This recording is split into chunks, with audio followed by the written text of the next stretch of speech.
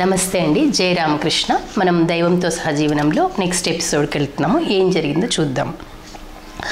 స్వాముల స్వాతంత్రాన్ని కట్టుదిట్టం చేసే నియమ నిబంధనల కంటే వారి సౌశీల్యాన్ని గుణగణాలను అభివృద్ధి చేయటంలోనే బ్రహ్మానంద స్వామికి అభిరుచి ఎక్కువగా ఉండేది. కాబట్టి మనం ఏమనుకుంటాం, రూల్స్ పెట్టేస్తే అందరూ ఫాలో అయిపోతారు అనుకుంటాం, కానీ అట్లా కాదు కదా. వాళ్ళకి మన మన దగ్గర ఉన్నటువంటి డివోటీస్ దగ్గర అయితేనేమి, వాలంటీర్స్ దగ్గర అయితేనేమి, మనము వాళ్ళ టాలెంట్ని ఎంకరేజ్ చేస్తూ మెల్లగా వాళ్ళలో ఉన్నటువంటి మంచి గుణాలని ఎంకరేజ్ చేస్తూ ఉంటే వాళ్ళు రూల్స్ పెట్టకపోయినా వాళ్ళు ఫాలో అయిపోతారు. అమ్మ పలానా ఎవ్రీ థర్స్డే క్లాస్కి రండి అని చెప్పడం కాదు కదా. వస్తే ఏమవుతుందో మిగతా వాళ్ళు చేసి చూపిస్తూ ఉంటే ఒకరిని చూసి ఒకరు ఇన్స్పైర్ అయిపోతారు. ఇప్పుడు క్లాసెస్కి రాకుండా కూడా ఒక అమ్మాయి మన వేదిక లైఫ్ స్టైల్ అంతా చూస్తున్నాం కదా. మనం వంటింట్లో అగ్ని పూజ చేయటము, జల పూజ చేయటము, అన్నపూర్ణదేవిని ఉపాసన చేయటము, ఇవన్నీ అంటే కొందరు అనుకోవచ్చు ఆ పూజలు ఇవన్నీ మూర్ఖం అండి అని. కాదు, ఎప్పటికీ కాదని చెప్తారు. భగవంతుడే చెప్తున్నాడు, శ్రీకృష్ణ భగవానుడే చెప్తున్నాడు, నిత్యకర్మలు అనేవి ఎప్పుడు చేయాల్సిందే. నువ్వు ఎంత అద్వైత స్థితికి వచ్చినప్పటికీ కూడా నిత్యకర్మలు అనేవి మానకూడదు. ఎందుకు? చూసే వాళ్ళకైనా అర్థం కావాలి కదా. మనం అన్ని పూజలు మానేసి కళ్ళు మూసుకుని ధ్యానం చేస్తానండి అంటే అది కాదనమాట. మనము లోకాని కోసమైనా మనము ఒక ఎగ్జాంపుల్ లాగా ఉండటానికి ఇవన్నీ నిత్యకర్మలు చేసుకుంటూ వెళ్ళాలి. కాబట్టి ఏమంటున్నారు, స్వాముల స్వాతంత్రాన్ని కట్టుదిట్టం చేసే నియమ నిబంధనల కంటే వారి సౌశీల్యాన్ని గుణగణాలని అభివృద్ధి చేయటంలోనే బ్రహ్మానంద స్వామికి అభిరుచి ఎక్కువగా ఉండేది. తన అనుభవం ద్వారా ప్రేమ స్వాతంత్రంలోనే మతం ఎక్కువగా వ్యక్తీకరించబడుతుందని ఆయన తెలుసుకున్నారు. అంతే కదా, ఎవరికైనా ఒక ఫ్రీడమ్ ఇవ్వాలి. ఎందుకంటే ఒక్కొక్క మనిషికి ఒక మెంటాలిటీ ఉంటుంది, వాళ్ళకు ఒక థాట్ ప్రాసెస్ ఉంటుంది. కాబట్టి వాళ్ళని ఎంకరేజ్ చేస్తే వాళ్ళలో ఉన్నటువంటి మంచి అదంతా బయటకు వస్తుంది, వాళ్ళ టాలెంట్ బయటకు వస్తుంది కదా. అప్పుడే ప్రతి ఒక్కరు యూనిక్ కదండి. ఇక్కడ యూనిక్ పర్సనాలిటీ ప్రతి ఒక్కరు మనం అనుకుంటాం కదా. ఎప్పుడు కూడా మీరు యూనిక్ అని మేము చిన్నపిల్లలకి చెప్పేటప్పుడు కూడా అంటుంటాము, మీకు పక్క వాళ్ళతో కాంపిటీషన్ అవసరం లేదు, మీతో మీరు కంపీట్ చేయండి, మీరందరూ యూనిక్ పర్సనాలిటీసు. ఇక్కడ భగవంతుని ద్వారా ఇక్కడికి జన్మ తీసుకోబడ్డారు. మీ యొక్క లైఫ్ పర్పస్ ఒక్కొక్కరికి ఒక డిఫరెంట్ పర్పస్ ఇచ్చాడు భగవంతుడు. అది ఏంటో అనేది అర్థం చేసుకోండి. పక్కవాడితో మీరు కంపీట్ చేసి బాధపడాల్సిన పని లేదు, పోల్చుకోవాల్సిన పని లేదని చెప్తుంటాము. కాబట్టి ఇక్కడ స్వామీజీ కూడా ఎలా చేసేవారంట, బ్రహ్మానంద స్వామి వాళ్ళందరికీ కూడా ఒక స్వాతంత్రంగా ఉండేటట్టుగా స్వేచ్ఛనిచ్చేవారు. కానీ ఏ సంస్థ సరైన నియమ నిబంధనలు లేకుండా సరైన పద్ధతిలో వ్యవహరించలేదు. కాబట్టి అలంబజారు రామకృష్ణ మఠానికి నియమ నిబంధనలు విధించేటప్పుడు స్వామీజీ ఈ విధంగా అన్నారు. అంతే కదా, మరి అట్లానేసి రూల్స్ ఏమీ లేకుండా ఉంటే ఎలా పడితే అలా ఉంటుంది కదా సంస్థ. కాబట్టి ఏం చేశారంట, చూడండి, మనం కొన్ని నియమాలు విధించబోతున్నాం, సందేహం లేదు. కానీ ఆ నియమాల వెనుక ఉన్న ముఖ్య లక్ష్యాన్ని మరవరాదు. అన్ని నియమ నిబంధనలకు అతీతులుగా అవ్వటమే మన ముఖ్య లక్ష్యం అని. సో ఇప్పుడు మేమున్నాము, రామకృష్ణ మఠంకి వెళ్తే మ్యూట్ పెట్టుకోండి అని వాళ్ళు చెప్పాల్సిన పని లేదు. అక్కడేం రాసి ఉండరు బోర్డు మీద. మేము వెళ్ళగానే లోపలికి ఇలా ఎంటర్ అవ్వగానే గేట్లోనే మ్యూట్లోకి వెళ్ళిపోతుంది ఫోను. అది ఎవరు చెప్పారు? మనకు ఆ శ్రద్ధ రావాలి. అరే అటువంటి సంస్థకి వెళ్తున్నాము, మనం అక్కడ డిస్టర్బ్ చేయకూడదు. ఎంతోమంది ఎంతో దూరాల నుంచి వస్తారు, మనం వినాలి అన్నీ అక్కడ మంచి విషయాలనే ఇది మనకు ఉండాలి. అంతేకాని వాళ్ళు అక్కడ రూల్ పెట్టి ఇలా ఉండండి అని కాదు కదా, అదనమాట. కాబట్టి రూల్స్కి అతీతంగా ఇప్పుడు ఒక డాక్టర్ దగ్గరికి వెళ్ళినప్పుడు కూడా మేము అదే చెప్తాం, ఆమె మ్యూట్ పెట్టుకుంటే మంచిది. కొన్ని ప్లేసెస్కి వెళ్ళినప్పుడు మనము కొన్ని పాటించాలి అట్లా. కాబట్టి నియమ నిబంధనలకి అతీతంగా ఉండి మనం అన్ని పాటించగలగాలి. ఒక ముళ్ళుని మరొక ముళ్ళుతో తొలగించి ఆ తర్వాత రెండింటిని పారవేసే విధంగా సహజంగా మనలో గల కొన్ని చెడు సంస్కారాలని మంచి నియమ నిబంధనల ద్వారా తొలగించుకొని చివరికి ఆ రెండింటికి అతీతంగా మసులుకోవాలి అని చెప్పారు. సో మనకు చెడు సంస్కారాలు ఉంటాయి, మనం అన్ని అధిగమిస్తామనే ఉద్దేశంతోనే రూల్స్ ఉంటాయి, అంతే కదా. కాబట్టి మనము రూల్స్ పెట్టడం వల్ల ఒక భయం అనేది ఉంటుంది. కాబట్టి ఆ భయంతో అన్ని పాటించుకుంటూ వస్తారు. ఆ స్థితి నుంచి ఏం చేయాలి? ఇష్టంగా పాటించాలి. ఇష్టంగా పాటించినప్పుడు ఏమవుతుంది, అది ఇంకా అద్భుతమైనటువంటి రిజల్ట్ ఉంటుందన్నమాట. కాబట్టి అలా చేద్దాము అని అంటున్నారు. తర్వాత ఏమైంది, శ్రీరామకృష్ణ భక్తుల సమావేశం బలరాం బోసు గృహాన ఏర్పాటు చేయబడింది. బహుశా అది 1897 సంవత్సరం అనుకుంటాను. నూతన సంస్థకు సంబంధించిన సంస్థాగత విషయాల గురించి చర్చించడమే ఆ సమావేశ లక్ష్యము. స్వామీజీ నియమ నిబంధనలకు సంబంధించిన వివరాల పట్టి వ్రాసుకుని తీసుకొచ్చారు. కాబట్టి స్వామీజీ అన్ని రూల్స్ లిస్ట్ మొత్తం తీసుకొచ్చారంట. అప్పుడు ఏమైందో చూద్దాం. సభ్యులందరూ చదవటానికి ఆ కాగితాలు ఇవ్వబడ్డాయి. ఒక్కొక్కరికి ఒక కాపీ ఇచ్చారు, చదువుకోండి అని.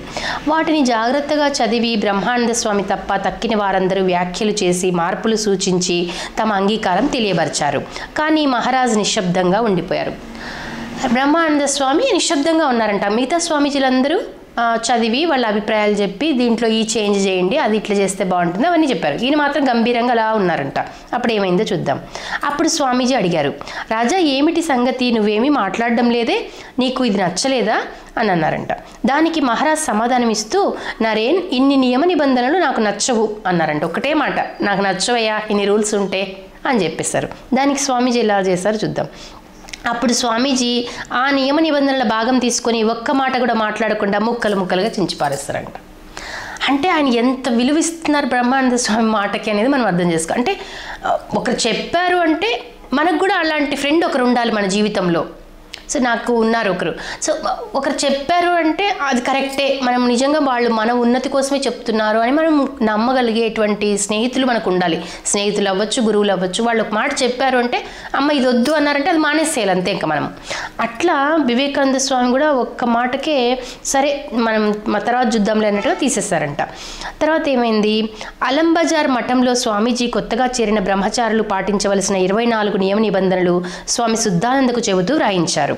కాబట్టి కొత్తగా బ్రహ్మచారులు వస్తూ ఉంటారు కదా, వైట్ డ్రెస్లో ఉంటారు చూసారా మీరు మఠంలో, వాళ్ళందరూ కొత్తగా వచ్చిన వాళ్ళు మెల్లగా వాళ్ళు సాఫ్రన్ డ్రెస్లోకి చేంజ్ అవుతారు. అదంతా ఎలా అనేది మనం ఇంకోసారి మాట్లాడుకుందాం. సో ఫస్ట్ వాళ్ళు సన్యాసం తీసుకోవడానికి వచ్చినప్పుడు వాళ్ళని ఒక 1 year అక్కడ వర్క్ చేయమంటారంట, బుక్ స్టాల్లో కానీ ఇంకోటి మామూలు సివిల్ డ్రెస్లో ఉండి వాళ్ళు వర్క్ చేస్తారు. అప్పుడు వాళ్ళు పనికి వస్తారా లేదా సన్యాస జీవితానికి అనేది వాళ్ళు టెస్ట్ చేస్తారు. స్వామీజీ వాళ్ళు టెస్ట్ చేసి అప్పుడు అనుమతిస్తారు. అప్పుడు వాళ్ళకి బ్రహ్మచారిగా స్వీకరించిన తర్వాత వాళ్ళు అక్కడే మఠంలోనే ఉండిపోవాలి. వాళ్ళు అప్పుడు వైట్ డ్రెస్లో ఉంటారు. అలా వాళ్ళు 10 సంవత్సరాలు బ్రహ్మచారిగా ఉన్న తర్వాత వాళ్ళకి అన్నీ నేర్పిస్తారండి స్కిల్స్. ఒక ఇంగ్లీష్ అయితేనేమి, ఒక తబలా వాయించటము, ఇంకోటి డ్రాయింగ్, అన్నీ కళలన్నీ నేర్పిస్తారు వాళ్ళకి. అంటే నిజంగా వస్తాయి అవన్నీ దైవీ విభూతులు కదా, దేవుడి యొక్క విభూతులు అవన్నీ. మనము బాగా పాట అసలు ఏమి మ్యూజిక్ నేర్చుకోకపోయినా పాట ఎలా పాడగలుగుతామంటే భగవంతుని అనుగ్రహం. ఎందుకంటే మనం పబ్లిక్లోకి వెళ్ళి ఆ వర్క్ చేయాలి కాబట్టి భగవంతుడు అవన్నీ ఆ టాలెంట్స్ అన్నీ మనకు విభూతులన్నీ ఇస్తూ వస్తాడనమాట. అలా వీళ్ళకు కూడా మెల్లగా అన్నీ నేర్పిస్తారు. అసలు ఇంగ్లీష్ అంత అద్భుతంగా మాట్లాడతారంటే ప్రతి స్వామీజీ, ఎందుకంటే వాళ్ళు చాలా ఇంటర్నేషనల్ లెవెల్లో అటు ఇటు వెళ్తుంటారు కాబట్టి అందరికీ వాళ్ళకి లాంగ్వేజ్ స్కిల్స్ అవసరం. కాబట్టి ఇవన్నీ కొత్తగా చేరిన బ్రహ్మచారుల కోసం 24 నియమ నిబంధనలు రాయించారంట స్వామీజీ. అదేవిధంగా సాధారణ నియమ నిబంధనలు నీలాంబర బాబు గారి బేలూరు ఉద్యాన గృహాన శివానంద స్వామికి చెప్పి రాయించారు. స్వామి వాసుదేవానంద ఈ విధంగా రాశారు. బేలూరు మఠంలో బ్రహ్మానంద స్వామి గదిలో ఒకరోజు ఉదయం రామకృష్ణ సంస్థల ఈ నియమాలన్నీ పెద్దగా చదువబడ్డాయి. పూజ్య స్వామి తన చిన్న మంచం మీద ఆసీనులై ధ్యాన నిమగ్నులై ఉన్నారు. శుద్ధానంద స్వామి వాటిని చదువుతున్నారు. చదవటం పూర్తి కాగానే బ్రహ్మానంద స్వామి ఈ విధంగా అన్నారు, స్వామీజీ ఈ నియమాలు భౌతిక స్థాయిలో చెప్పలేదు. తన మనస్సును ఉన్నత స్థితి అందు ఉంచి స్వామీజీ చెప్పగా శివానంద స్వామి అంటే తారక్ వాటిని రాశారు. మానవాళి శ్రేయస్సు కొరకు, శ్రీరామకృష్ణుల సందేశాల ఆదర్శాల వ్యాప్తి కొరకు ఈ నియమాలను ఆయన ఏర్పరిచారు. పురుషుడు కానీ, స్త్రీ కానీ, ధనికుడు కానీ, పేదవాడు కానీ, ఉన్నత జాతివాడు కానీ, నిమ్న జాతివాడు కానీ ప్రతి ఒక్కరికి శ్రీరామకృష్ణ సేవకు, వారి ఆధ్యాత్మిక వారసత్వానికి సమాన హక్కు ఉంది. శ్రీరామకృష్ణులను సేవించేవారు, వారి బోధనలను అనుసరించేవారు ధన్యులు అని చెప్పారంట. అంటే ఏం చెప్పారు, రూల్స్ అన్నీ ఆయన ఒకలాంటి సమాధి స్థితిలో ఉండి దేశం అందరినీ, ప్రపంచం అందరి గురించి ఆలోచించి, తెలుసు కదా ఆయన కన్యాకుమారిలో అక్కడ కూర్చొని ఒక 4 రోజులు అలా ధ్యానంలో ఉండిపోయి మన దేశం యొక్క పరిస్థితి గురించి అంతా ఆలోచించారు కదా. అలా ఈయన ఒక పని చేయాలంటే అంత గొప్పగా వాళ్ళు ఆలోచన చేస్తారు కదా, ఒక రూల్స్ ఫామ్ చేయాలి. ఆ రూల్స్ ఇప్పటికీ కూడా ఫాలో అవుతున్నారంటే అది ఎంత స్టాండర్డ్గా ఉండి ఉంటాయి చెప్పండి. కాబట్టి ఆ మాట అన్నారంట బ్రహ్మానంద స్వామి, మీరు ఆషామాషిగా తీసుకోవద్దండి ఈ రూల్స్ అన్నీ కూడా. స్వామీజీ ఒకలాంటి దివ్యమైనటువంటి స్థితిలో ఉండి మానవాళిని ఉద్ధరించడానికి, రామకృష్ణుల సేవ ప్రతి ఒక్కరికి అందుబాటులో ఉంచడానికి ఇవన్నీ నియమాలు ఏర్పరిచారు అని. కాబట్టి మీరు ఇప్పుడు రామకృష్ణ మఠం సంస్థల్లో ఎక్కడికి వెళ్ళి చూసినా అన్ని మతాల వాళ్ళు వెళ్తుంటారు. ఈవెన్ సన్యాసులైన వాళ్ళలో కూడా ఫారినర్స్, ఎన్నో రకాల కంట్రీస్ వాళ్ళు, ఎన్నో రకాల మతాల వాళ్ళు ఉంటారు.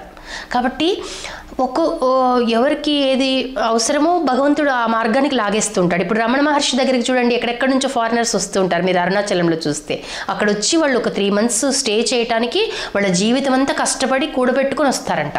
ఒకసారి చాగంటి గారు వారి ప్రవచనాలు చెప్పారు, ఎర్లీ మార్నింగ్ 3:30 ఆ టైంలో అరుణాచలం కొండ మీద కొంతమంది సన్యాసులు ఉంటారంట. వాళ్ళకి పాలు ఆహారం ఏదైనా ఆ టైంలో వెళ్ళి గుహ ఉంటుంది కదా, ఆ గుహ ముందర పెట్టేసి వస్తారంట. అది వాళ్ళు తాగొచ్చు తాగకపోవచ్చు. అట్లా పెట్టి వస్తుంటే ఫారినర్స్ దండం పెట్టారంట. అంటే చాగంటి గారి ప్రవచనాలు చెప్పారు ఒక వ్యక్తికి జరిగిన విషయము. దండం పెట్టి ఏమన్నారంట, మీరు ఎంత అదృష్టవంతులు, ఎంత ఉన్నతమైనటువంటి ఆధ్యాత్మిక భూమి మీద మీరు జన్మ తీసుకున్నారు, మీరు ఎప్పుడంటే అప్పుడు వచ్చి చూడొచ్చు కదా ఇలాంటి పుణ్యతీర్థాలని, మేము ఎక్కడి నుంచో పని కట్టుకొని రావాలి, మేము రిమోట్ ఏరియాలో ఉన్నాము అన్నారంట. వాళ్ళు ఎంత కరెక్ట్గా చెప్పారు చూసారు, వాళ్ళది రిమోట్ ఏరియా.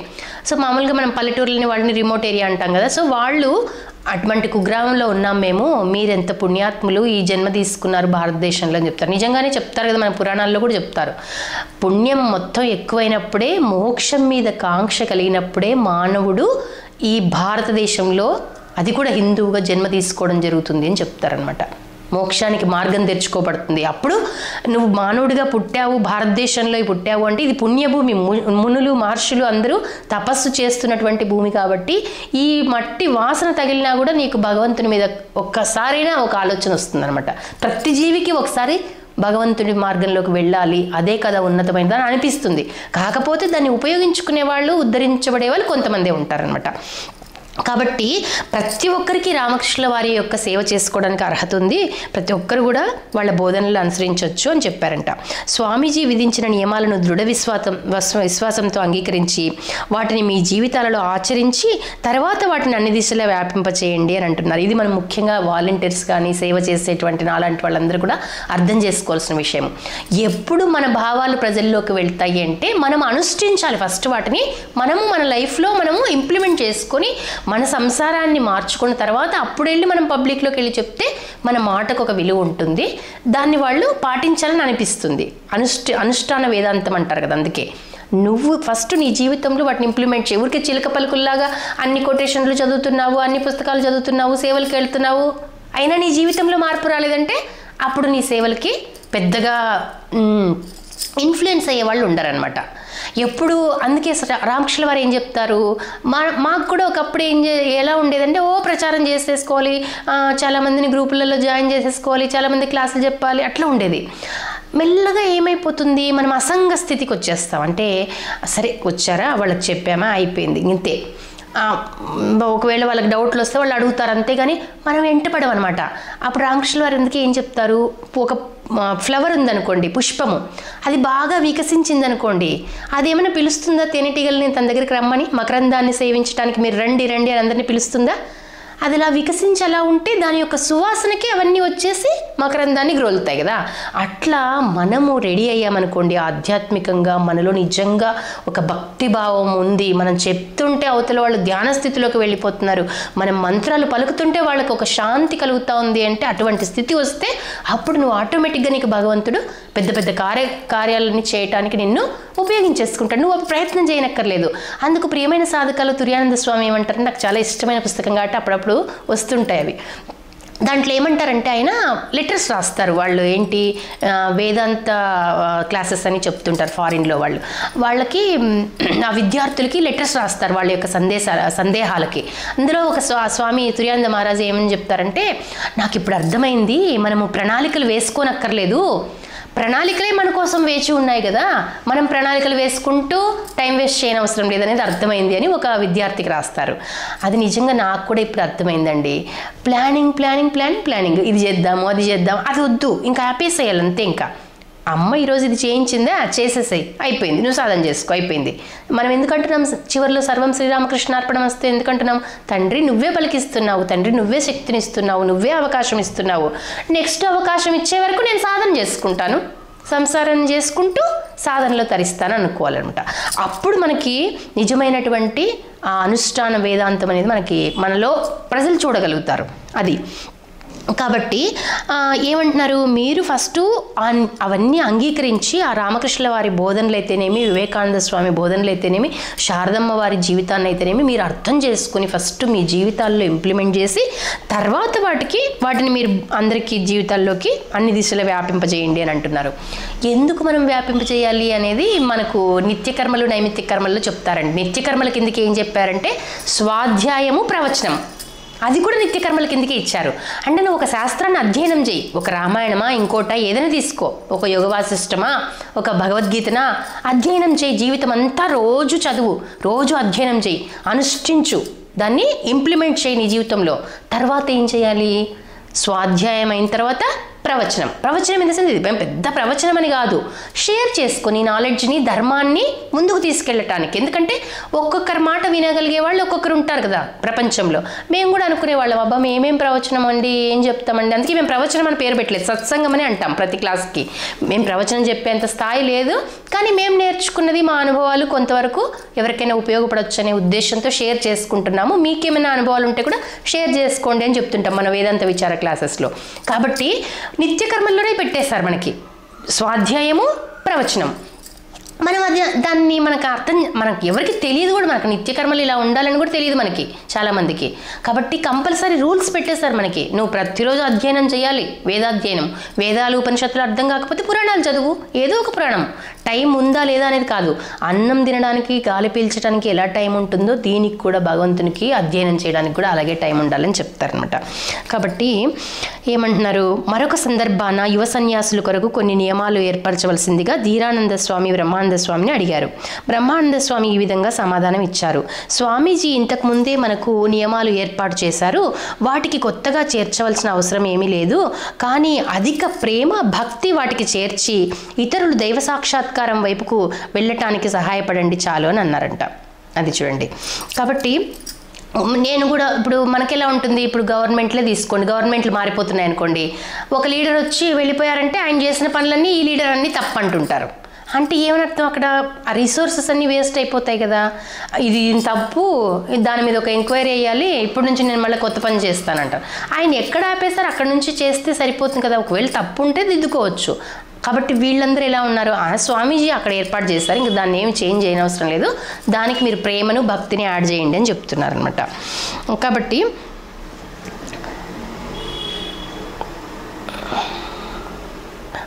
ఇక్కడితో ఇది మనం నెక్స్ట్ ఎపిసోడ్కి వెళ్దాము. నెక్స్ట్ ఎపిసోడ్లో ఇంకా మరిన్ని విషయాలను మనం తెలుసుకుందాం. సర్వం శ్రీరామకృష్ణార్పణమస్తు. లోకా సమస్త సుఖినో భవంతు. జయ రామకృష్ణ.